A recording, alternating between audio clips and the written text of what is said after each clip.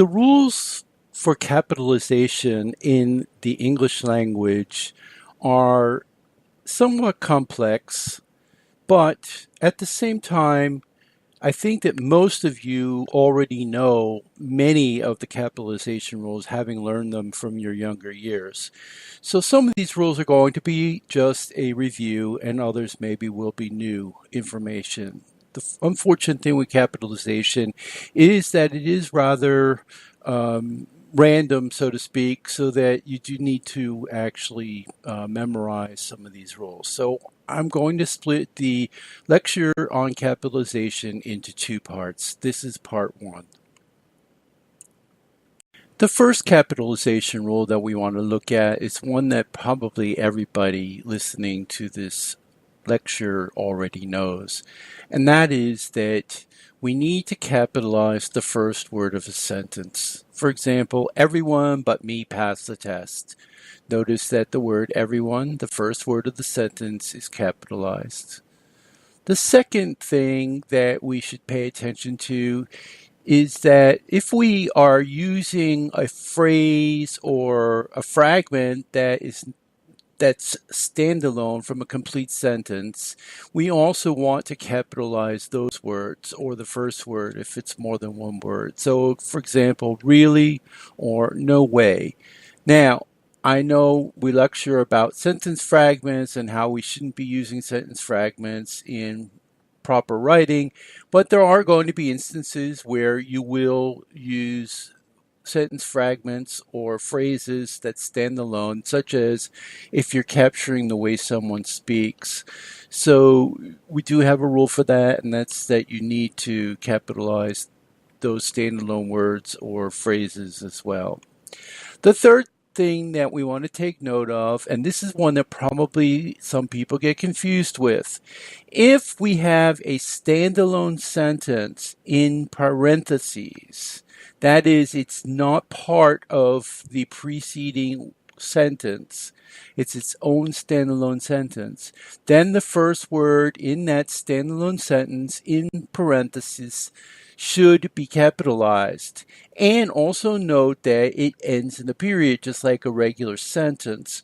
The period should also come inside the parentheses. So, for example, click on the icon, period, in parentheses, the icon will be highlighted, period, close parentheses. In that sentence, we're saying that the icon will be highlighted as extra information. It's not essential to the understanding of the main idea, which is click on the icon. So it is a standalone sentence inside a set of parentheses. The first word's capitalized and the sentence ends with a period.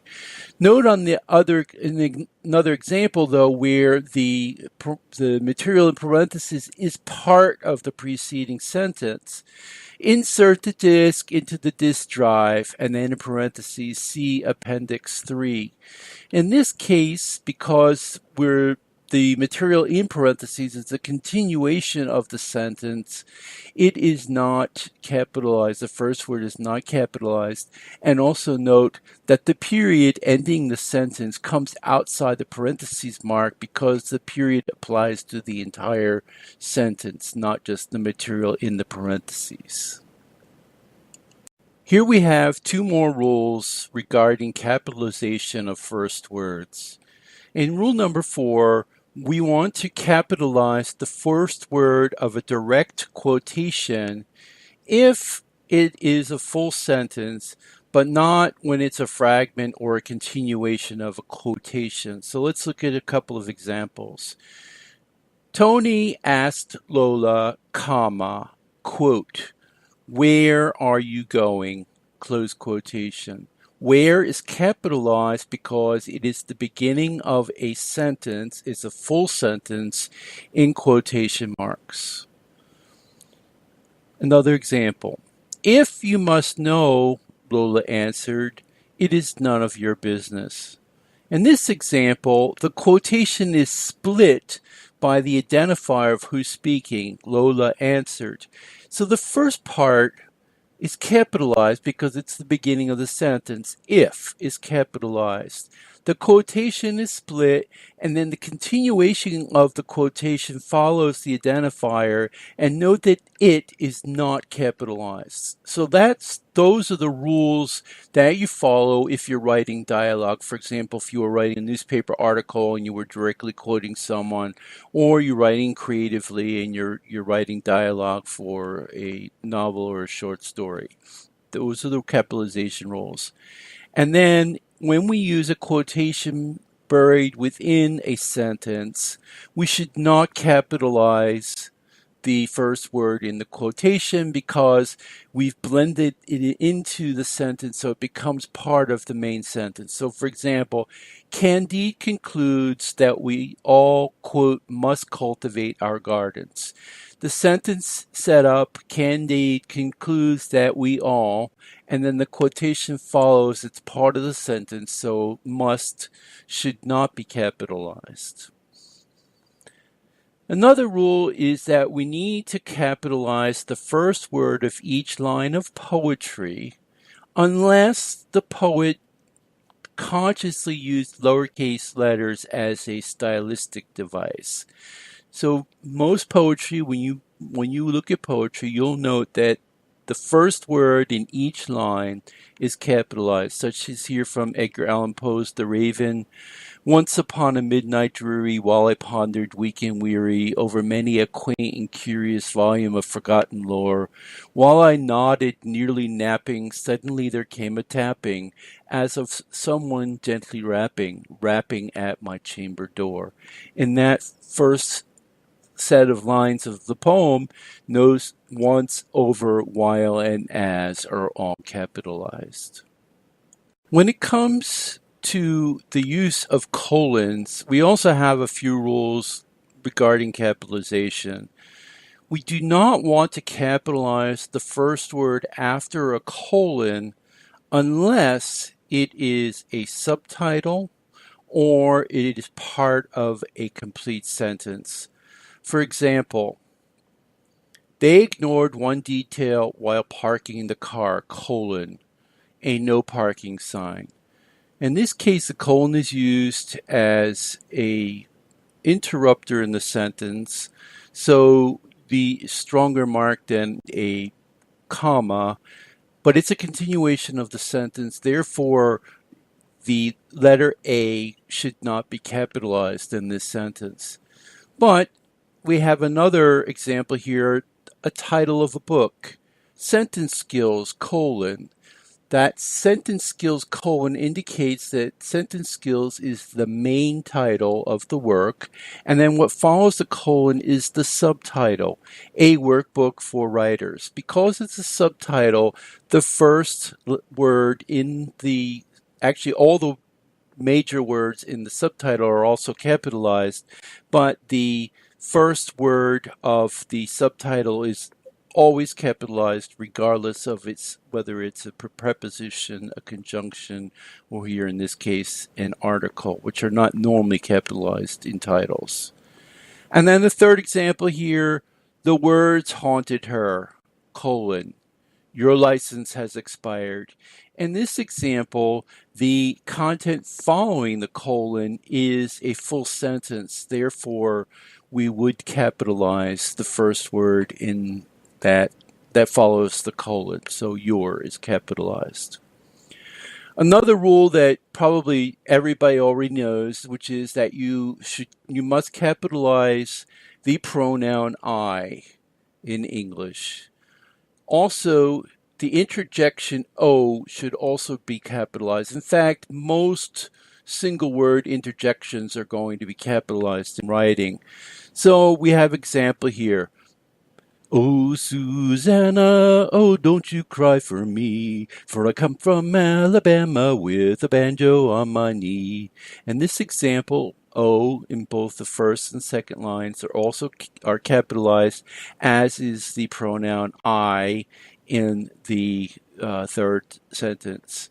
And of course, since this is like a poem, it's the lyrics of a song, which is poetry, the first words are also capitalized. So the O would have been capitalized anyway, but if it had appeared by itself at the beginning of in the middle of a line, it would have also been capitalized as an interjection.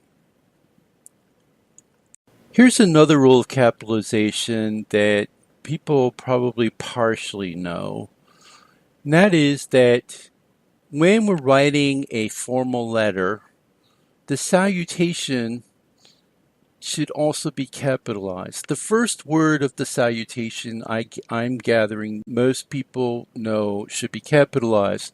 But probably what's not as commonly known is that not only should the first word of the salutation be capitalized, but any nouns in the salutation should also be capitalized. And this is a throwover from older form of English that pretty much comes from German. So let's look at an example. Here we have a noun that begins a salutation, gentlemen. So it's capitalized. Or the common dear is capitalized. So here, for example, dear Prudence. Now, Prudence would be capitalized anyway because it's somebody's name, but the point here is that both the introductory or first word dear and the noun are capitalized. To see that more clearly, look at the last example. My dearest esteemed colleagues in France. In this example, my is capitalized first. It's capitalized because it's the first word in the salutation. And then the nouns colleagues and friends are also capitalized. So that is the proper way to capitalize a salutation in a formal letter. Now, when we close a letter, we have to understand or learn that only the first word of the closing is capitalized, not both words. So, for example, sincerely yours or best regards. I have seen this mistake common where people will capitalize both sincerely and yours or both best and regards, and that's wrong. Only the first word in a closing of a letter should be capitalized. The rest of the closing should not be capitalized, unless, of course, there's a reason for it to be capitalized because it's a proper noun. But most closings are going to be of this type where we just have a couple of words, and so only the first word is capitalized. A common capitalization rule that I think most everyone knows is that calendar designations and holidays should be capitalized. So, in other words, we should capitalize the days of the week. For example, here Monday. We should capitalize the names of the months. For example, here April. We should also capitalize the name of holidays, such, for example, Labor Day. These are all considered proper nouns and therefore they should be capitalized. Note, however, that, and this is an area that I see a lot of mistakes in, the seasons should not be capitalized. So if we're writing a sentence, for example, last summer, this fall, next spring, the season name should not be capitalized. And I think one of the confusions comes from the fact that the names of the months are capitalized, but not the names of the seasons. They should not be capitalized. The other thing is the names of centuries should also not be capitalized unless they're the first word in a sentence or part of a title or something. But in a regular sentence, we would say 1999 was the end of the 20th century. Right. When it comes to capitalization and numbers, we generally want to capitalize the numerals that refer to organizations or to periods of time. Now, if that number appears preceding a name, then it should be spelled out. For example, here, First World War or 50th Congress. Notice that they're both capitalized and also spelled out. If the numerals follow a name, usually or very often in English, we'll use the Roman numerals. So, for example, World War I, we use the Roman numeral 1, or Henry VIII, we use the Roman numeral for 8. These are also capitalized. We also should capitalize expressions of time such as AM, PM, AD, BC, BCE. CE would be another one, current era. Where I've seen problems is that some style books will say that it's okay to use AM and PM in lowercase. The style book that we're following in this course uses AM and PM as capitalized, so you should remember that rule as well. The last rule for capitalization that we want to look at in this lecture is the capitalization of proper nouns. Proper nouns are basically specific names, places, or things. So they are capitalized, whereas common nouns that refer to generic names, places, and things are not capitalized. So if we see some examples here, Emily Dickinson, John, Ted Kennedy, these are names of specific people. Whereas the common noun, Emily Dickinson was a poet. We wouldn't capitalize the word poet. John is my brother's name. We wouldn't capitalize brother. Ted Kennedy was a senator. We wouldn't capitalize senator in that case because it's not part of a specific name. Places, Georgetown Road. Perhaps Georgetown Road is a dusty road. A dusty road would not be capitalized. It's being used as a common noun. But Georgetown Road is capitalized because it is part of the name of a place. Or the Mississippi River. That's the full title of the name of the river, the Mississippi River.